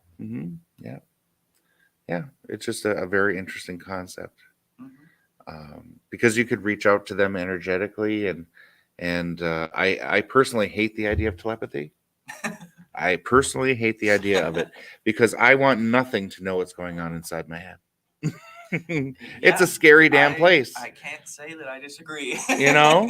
All of the little ticks we have inside of our heads, all the different things we think about. We see a certain person walk by, and the societal stuff starts kicking in, and you start thinking things, and it's like, but I don't believe that. Mhm. So why did that go through my mind about that person? I don't care about any of those things. Exactly. So why in the heck did it really kind of pass through my consciousness? It's dumb. Mhm. And why would I want someone or something with telepathy to look inside my head and go, "Oh, he's an awful person"? No, I'm not. I just have these things going through my mind. It doesn't mean I grab onto them and believe them. Mhm. So I personally hate that idea of telepathy because I don't want nothing poking around in this head. True. Yeah. But I'm sure a lot of people feel the same way. Mhm. You know? I suppose the cooler aspect of it would be more the projection of thoughts instead. So you want to communicate with somebody, so then you project the thought. Like, you're in the other room and you can't hear me, so I'd like to beckon you into the room that I'm in so we can speak, but I don't want to get up. So then I'd like to be able to go Mentally again. text them. Yeah. Not Yeah. necessarily even to change belief, but just simple communication, Yeah. not necessarily reading of mind. But then you have neurotic me that goes, I'm thinking 10 different things. 9 of them are things that are so inappropriate. And then I have the one I want to send. And then the neurotic kind of OCD me goes, okay, I can't do that. I can't do that. Oops, I just did it. And Yes. I just called you a pink elephant or something. And it's just like, wow, it's taming the human brain to even use something like that efficiently. Yeah, that's the hard part. Yeah. Or else we'd be sending cartoons to everybody all day long. It's just so interesting. Jamie says, that sounds easier than texting my son from the kitchen, telling him supper is ready. Yes, Right. that is true. Maybe texting is the precursor to all these mental things going on. But as far as telepathy, no, not for me. I always like to type out my messages before I say them. True. You can edit I and edit change and them. all of that, and not allow that free flow of thought, because that's a scary thing. Yeah. So doing that with aliens and other races like that, and it would be understandable if they never wanted to talk to me, and I'm probably not alone in that. Oh, I don't think so. Yeah, I kind of concur. Is there any kind of concept about alien communication or alien stuff that you find like, I'm not ready for that yet? Ooh, that's a really good question. Mm-hmm. I don't know if I've really ever thought about that before. Oh, I don't know. I'm You not don't sure know? how to answer that. no apprehension about anything? Not exactly. No, No? I'm interested to learn about them, kind of like they are about us. Oh, I mean, I guess Okay. I might not exactly be ready for the physical contact fully. no. So there is that, but Right.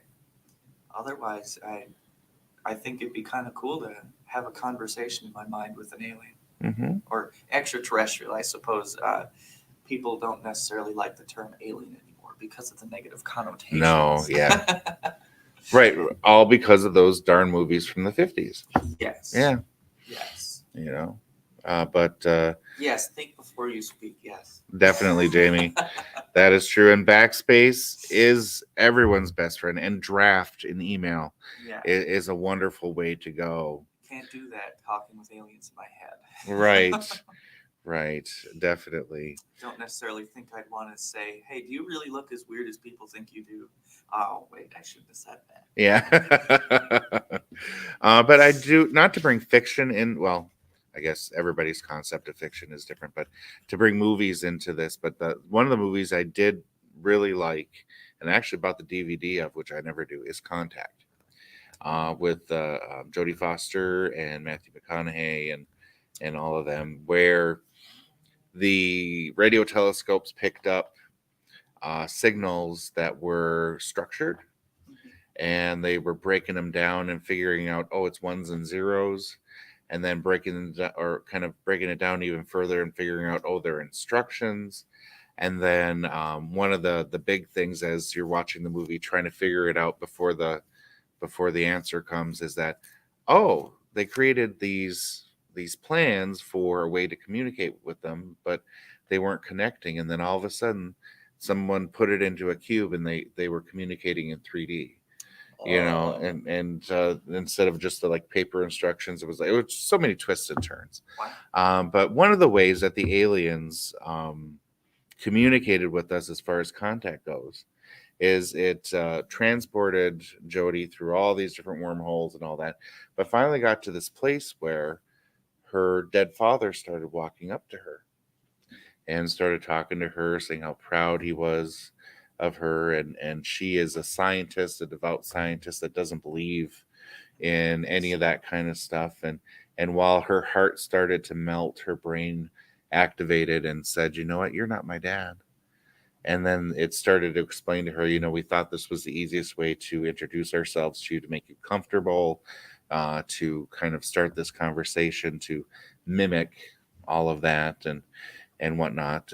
And I can kind of see an alien race doing that with us, you know. Me too. You know, kind of finding, unfortunately, telepathically, the things that bring us comfort, our parents' voice, you know, our friendly face that our best friends are, and kind of coming to us in that image, and then, you know, kind of going away from that and saying, you know, we're this is what we really look like, and all that. People having those kind of contact experiences. You know, and I can see that as a way to ease you in to that type of a situation. Absolutely. Mm-hmm. Absolutely. So, unfortunately, I can't say I've seen Contact. And you haven't? It was years ago. I forget. He's very, very young. You know, I've seen a couple of the older space movies, but there's still a few I need to catch up on. So you need to watch that one because it is a very interesting. It causes a very interesting discussion after you watch it about those types of things. And then also, as we were kind of talking about what level our race is and or where we're at, you know, and in some concepts it's how close to midnight are we, you know, are we 2 minutes to midnight, are we 3 minutes to midnight, that concept of self-destruction and that kind of a thing, that an alien race that's watching us is maybe has the concept from Star Trek, you know, no interaction unless they are, you know, warp capable or those type of things, you know, based on the level of the civilization. Can they handle knowing that, you know, we just popped in here from 100 light years away in a second, you know, and kind of making sure that species or whatever is to a point where it's okay for them to have contact. Do you think aliens have that kind of a perspective of, are they ready for us? I totally think so. It, from the sounds of it, like we're kind of the new kids on the block, and if you subscribe to any of these beliefs about the galactic federations and such, one of the common laws of the universe is the law of non-intervention, that they won't intervene unless it's absolutely necessary. So It was actually a thought in the Cold War, the mutually assured destruction, that they would begin the sequence for mutually assured destruction to kind of force their hand and force extraterrestrials to come down. But clearly that seems to be voted against, or was it? I couldn't really say in that regard. But but yeah, just stay out of their hair until they're really ready. Yeah. And like it's kind of the 100th monkey kind of a thing. If you've heard of that, it's I think you're the one who even explained it to me once. There was a tribe of monkeys. One monkey learned a new way to peel a banana, and then the rest of the tribe learned it, and then the neighboring tribe started to learn it, and then after 100 monkeys or so, suddenly all of the other tribes on the other continents realized, oh, we can peel a banana like this without any contact. So that's kind of how our ascension is going so far, and the belief is that we'll reach critical mass. Is the name most of us have probably heard. That we'll get to a point and it'll kind of just become a common belief that yes, aliens exist. And really, once we all kind of mutually agree, then they'll most likely start appearing to us. It's kind of like how in the 80s where we didn't have the internet, we didn't have any of those things, but somehow everybody in the United States knew how to peg the legs on their jeans at the ankles. It's just like everybody just all of a sudden knew. You fold the thing on your ankles and you roll it up, and woo, you look really cool. But it's the same kind of concept. All right, we're almost at the bottom of the hour again. Terry will be coming back and doing channeling for the remainder of the show for the individuals in the audience. So what we're going to do is we're going to take a break, and then we're going to have him come back and finish the show. So thanks, everyone. We'll see you in a few minutes.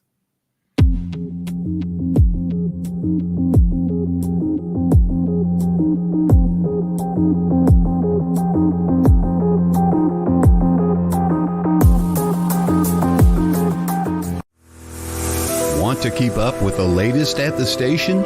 How about catch up on your favorite shows on the go? Download the free WLTK-DB mobile app on the App Store and Google Play.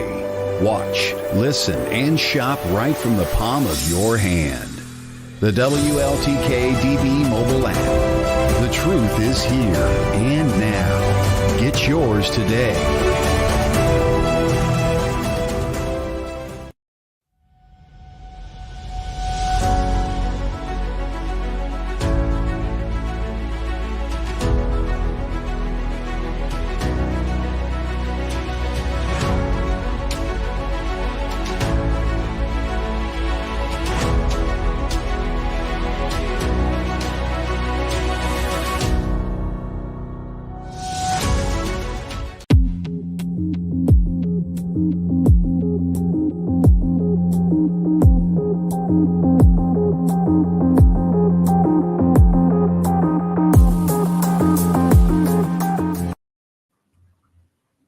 Good morning, guys. Thanks for hanging in there with everybody. I just want to put a big shout out to Craig. He is amazing.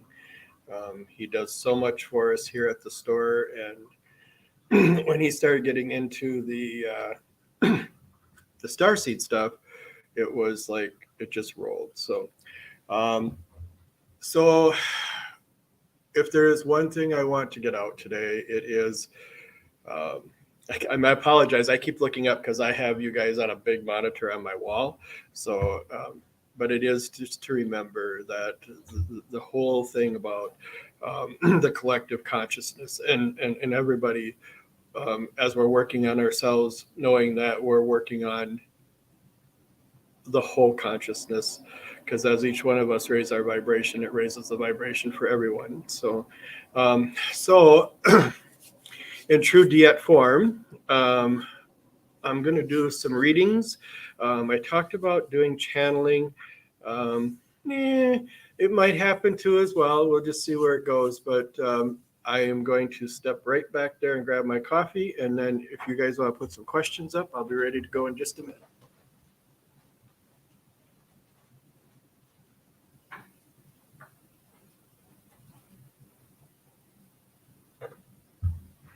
Good morning, One. Hope all is well, and good luck with your surgery coming up.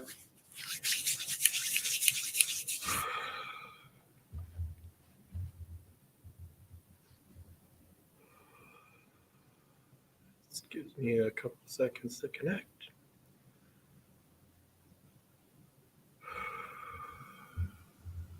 Thank you.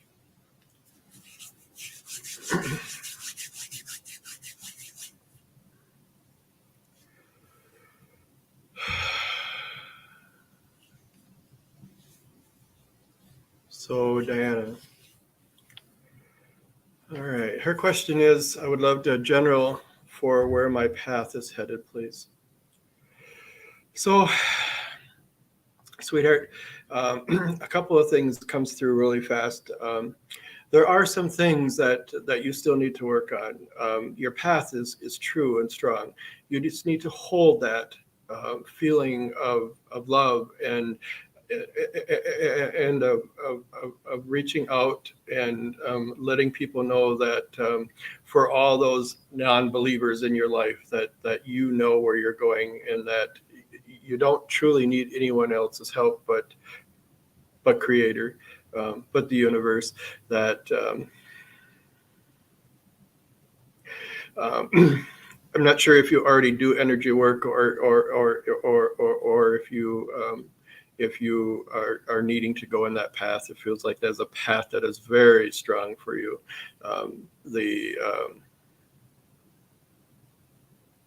The path of healing is something that will, or I should say, the path of being a healer is something that will truly take you down that amazing path that you're looking for. You got to quit worrying about the stumbles along the line, because the stumbles down the road, or the little pebbles that we put in front of us, are truly our own blocks. And you seem to be able to do that well. You get going really well, and then all of a sudden there's a pebble, and you make it maybe into a stone or a boulder, instead of just knowing it's just a pebble and you can just step over it instead of tripping on it, so to speak. Yeah. Be prepared. Be prepared for changes. There's many changes coming ahead for you. You are an amazing person. Your love will take you far. Thank you. I hope that helps.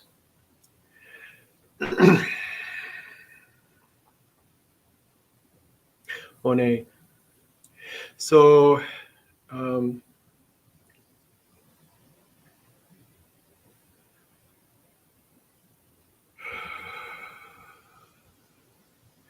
they're talking about changes in your life. They're talking about that you need to step back and look at how things go for you, and you need to talk about more, or maybe work on more of the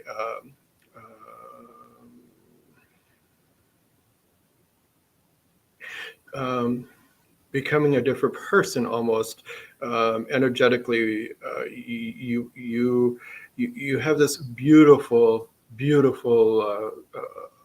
outlook on life and stuff, but you keep falling back into some of those old patterns and stuff, and it feels like that it really needs to change.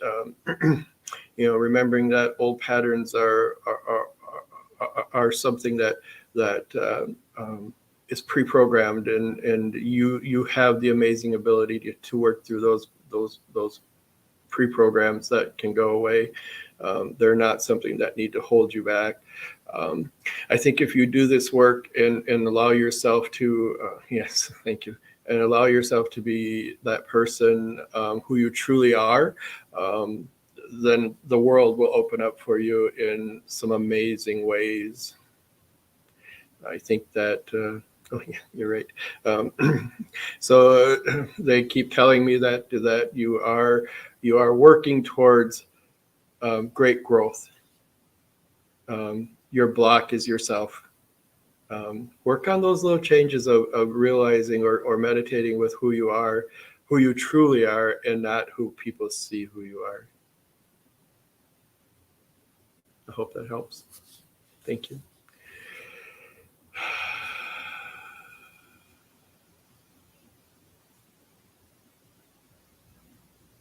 Caden.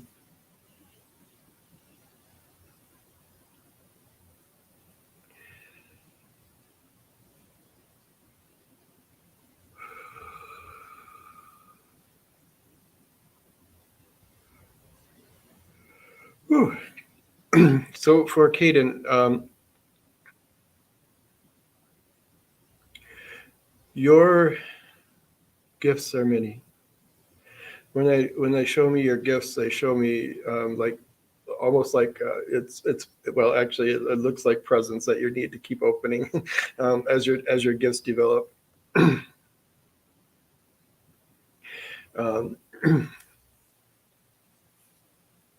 Caden, can you remind me of what work you do already in the metaphysical world? As you do that, I'm going to continue.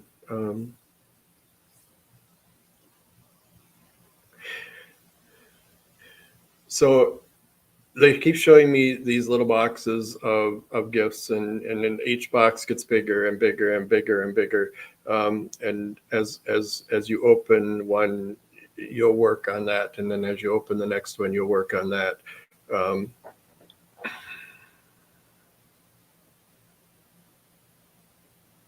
And so on and so forth.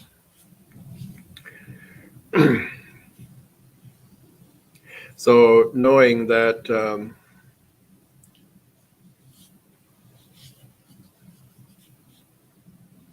okay, thank you. Knowing that your gifts are there and they're waiting for you, but you know, as we talk about gifts and we talk about creating as we talk about creating or working with these gifts, we also have to remember, as my teacher DeEtte told me, we are our own blocks and we do get in our own ways. So remembering that they're muscles. So if you are not per se born naturally with it, which we all are, but some people's gifts are just out there and working as strong as they can be. And then there are us that had to develop and bring those gifts through. It is a muscle, and it is something that you need to practice. And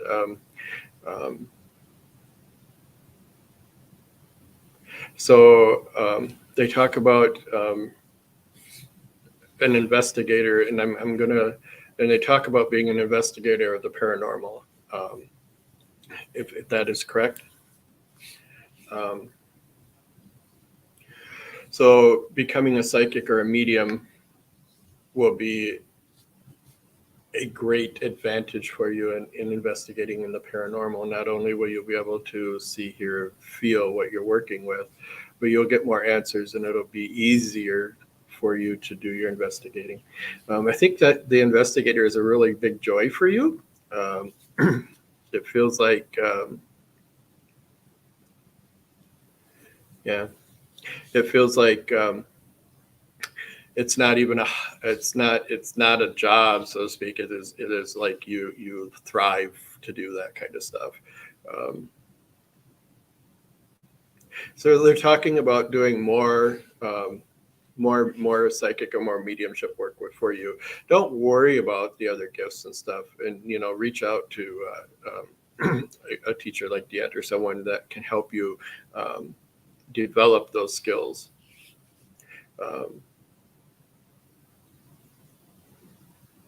I was truly the no gift at the beginning, no performed or profound gifts when I first started this world, and then when the universe decided that it was time for me to start doing this, they brought the people into my life that helped me develop all these wonderful and amazing gifts.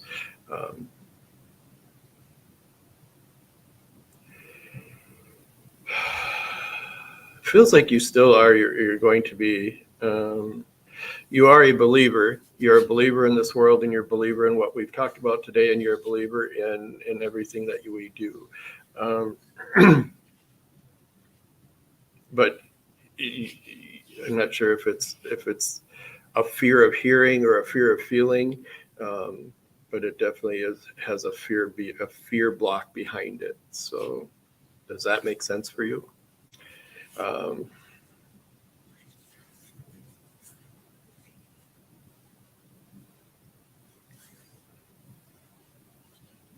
Awesome. I'm so glad we could help with you.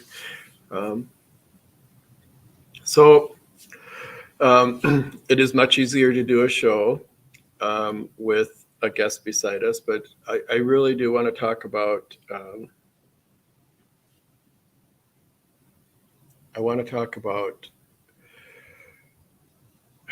wow, they just keep bringing this thing up.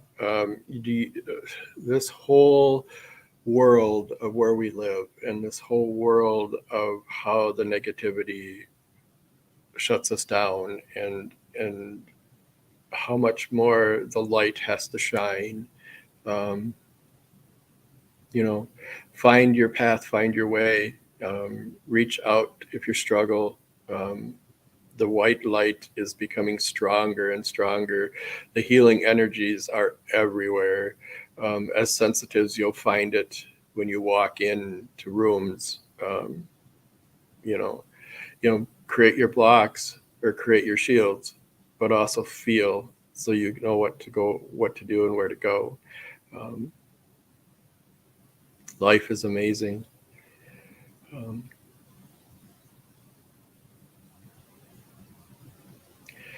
Life is amazing. They keep talking. So they're showing me several things with this thing. I'm really trying to get out to everybody, and I don't know how much more I can stress this. But this whole continents and everything, like right now they're just showing me like England and Brazil and United States and Puerto Rico, and they're just moving me all over in different continents and showing me the red lines that join each one as energy, as meridians go through, and all this kind of stuff, or ley lines, I guess I should say, instead of meridians. But how we're all just super connected.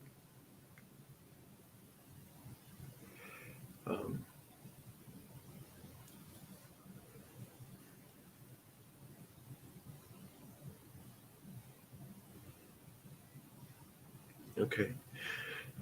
Diana,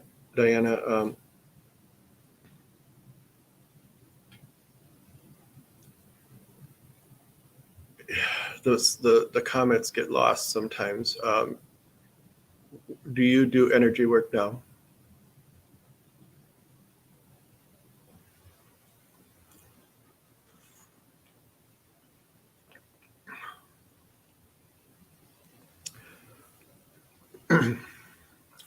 So I'm gonna okay, let me ask a question. Hold on. This is a thing for you. Again, back earlier in the reading, we talked about being a healer. I highly suggest you become Reiki attuned. Go into it with just the intention, of becoming attuned, so I can help my connections become stronger. You are attuned.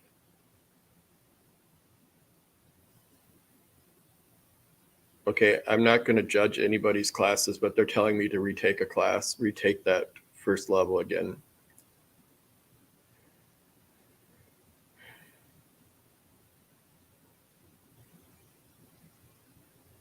Yeah, I'm not sure why. And sometimes it is just a teacher and how they do attunements or how things are happening. But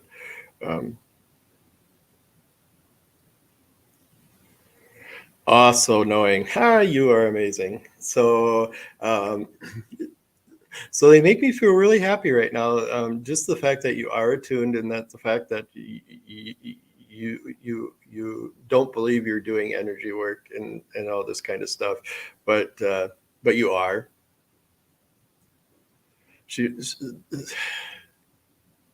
So look up the power.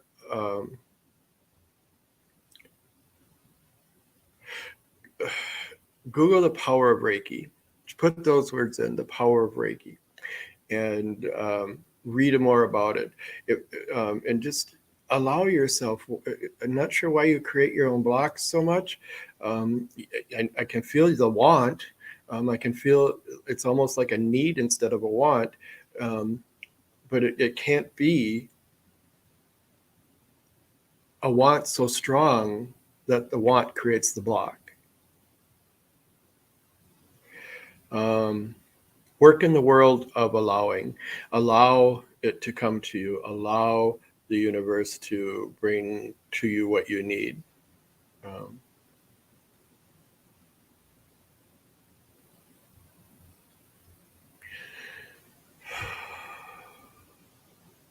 Sometimes we work so hard, or we want so hard, that it does create the blocks within our own worlds. Believing so strong can create a block if things don't line up the way your beliefs are. So take out your belief system and just be.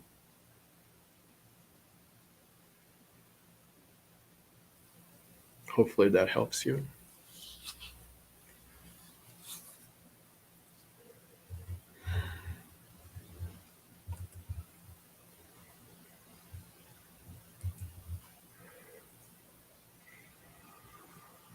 Is there any other questions before we have about 15 minutes left?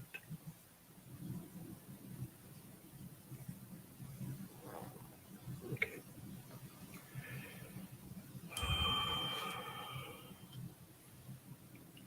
So let's talk about divination. So I'm going to do, okay, and then they want to talk about spell casting.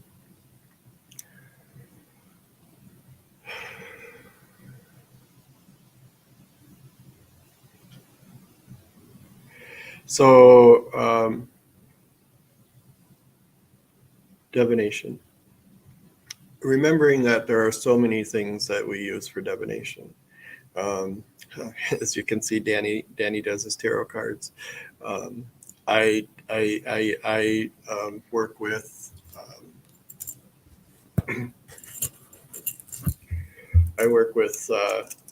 what I call my talking sticks or divination rods. This is my connection to my higher self or my guides. And some people use pendulums. Whatever the case may be, whatever you work with, if you're not trusting in yourself, find something of divination to help with that. I use my divination rods or my talking sticks to help me make decisions. I use them to actually to clear houses. I use them for confirmation of clearing houses. I'll talk spirits when I'm doing investigations or when I'm working in a house that has an entity of some sort. I'll talk with them with my talking sticks. It's almost like when Caden does investigations, he uses a box or something, I'm guessing, to make that communication, to talk with spirit. I use the rods. So asking the questions and allowing the entity to use the rods for my yes or no's, and for those kind of things. But they are an amazing tool to help you if you feel like you're stuck, or if you feel like you're not trusting your own self because you do have ego involved, or whatever the case may be. So they're a great confirmation. You can understand that it's not you that is actually controlling the sticks. It is your higher self or your guides that are doing it for you. Thank you, Diana. I appreciate that so much.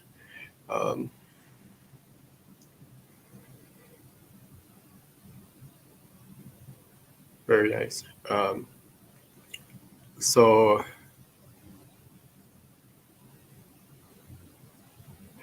I highly suggest that Diana and then even for Caden too, to grab something of divination and start working with it. It'll help to develop the trust within yourself for those messages. One uses a pendulum sometimes to help with client questions. It does work. Yeah, I have a tendency that a pendulum doesn't work so much for me, but that's why I went to the talking sticks, and amazing. I used them last weekend up in Rice Lake on a few things that when you're doing healings or doing readings, people are like, oh, whatever, it doesn't make sense to me, blah blah blah blah. So I'll actually have my guides out. I'll hand them over to the client that I'm working with and just have them ask the questions, show them how to use them, have them ask the questions. So they're actually getting the confirmation in their own two hands instead of me giving them the messages. It is an amazing way to try and or to help clients and getting them to believe more in themselves and stuff. Auto writing, that is amazing as well. That is amazing. Yeah. There are so many ways of doing divination. I mean, tea readings and all different things, but for me, this works the best. Thank you, One. Yeah, it is a crazy world we live in. So, I should have showed that.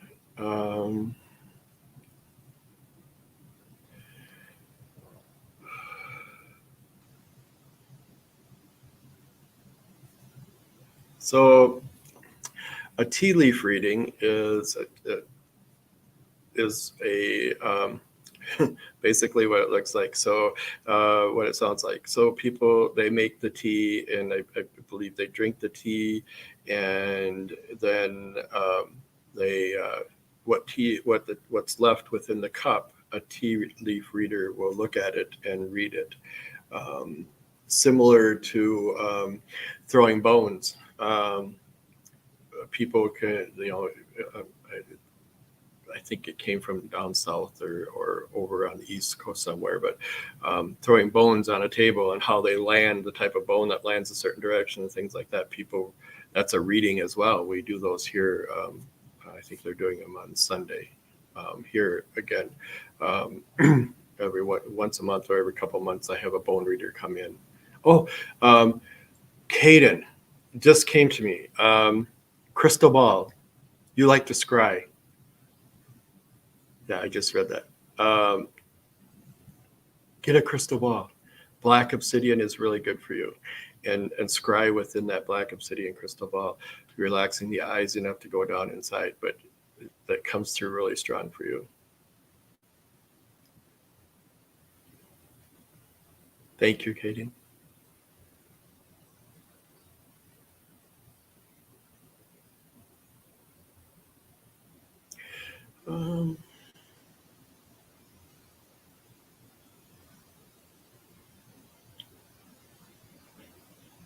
Who has the yellow and white cat that passed? Is that somebody on the show today? Or is he just showing up for my personal being thing?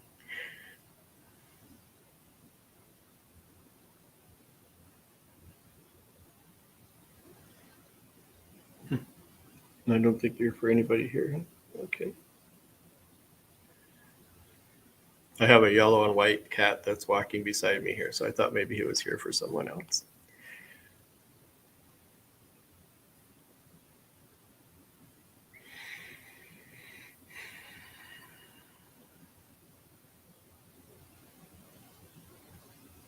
Oh, beautiful name.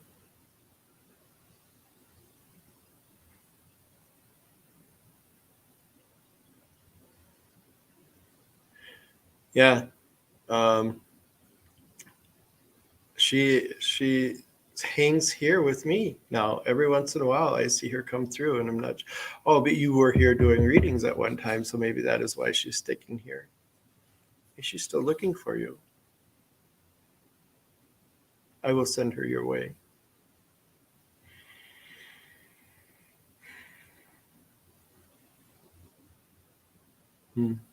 Oh, and if it was the house next to the center, I had been there, and I think it was shortly after that that she started showing up here. So,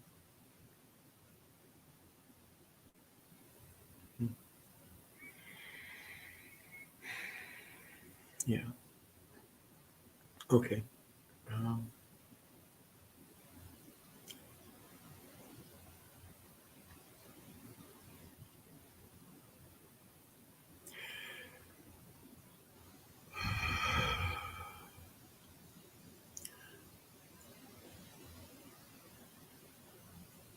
So one of the last things, we have about 4 minutes left here. So one of the last things that my guides want to share with everyone.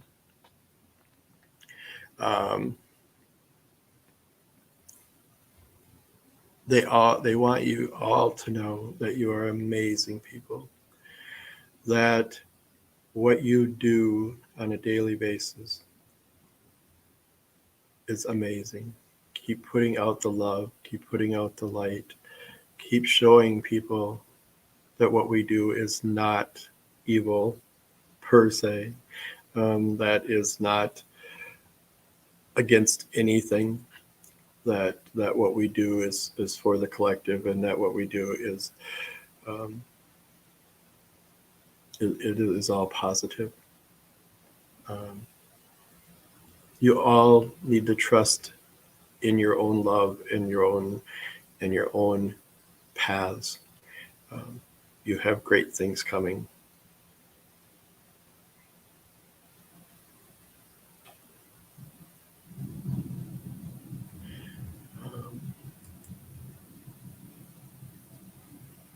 Yeah.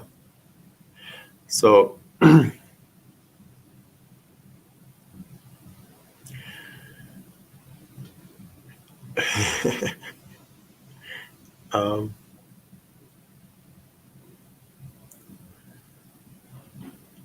so I'm just going to do a couple of things to wrap up the day. So Diana, I want to go back to you and talk about your red dragon.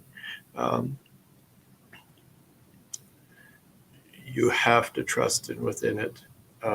He is huge. He is going to take you far. When you do your meditations, envision yourself on his back and letting him fly off with you to where you need to go. He will show you so many things about yourself that you need to get rid of. Yeah, he is. He shows me himself just standing there flapping his wings and is ready for you to jump on board. So as soon as you can work with those meditations, please do.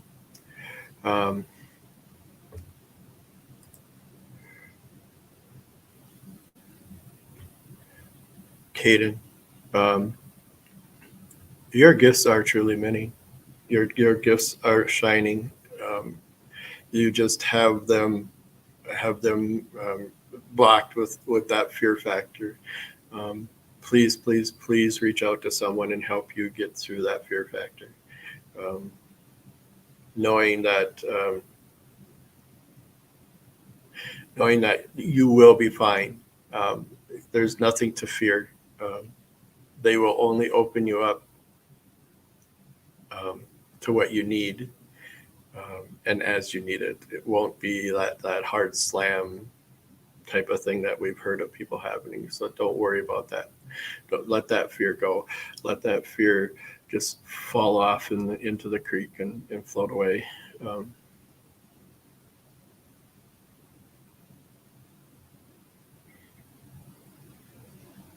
Yeah, and you will be amazing at this as well. One, your surgery will be fine. Whatever you're going to have, whatever is going to go on, it will work out just fine. They're just telling me that for you. Um, yeah. So I want to thank everyone before we finish up here today, and I do so appreciate this. And Craig, or I should say Craig, our producer is saying they're saving a slot for us to do our own show Friday mornings at 10. Think about it. So yeah, maybe we do that. Our problem is that we travel a lot, and I know we can do the show from anywhere, but we do travel a lot, and we are hosting many wellness fairs in 2023 throughout Wisconsin and Minnesota. So if you feel like you are so drawn to follow us, please follow us on Facebook. Follow me, follow the page, like and follow, and you'll know where we're at. You can also email me at soulandsynergy@gmail.com if you have any questions or if there's anything else I can do for you guys. So thank you and have an amazing day.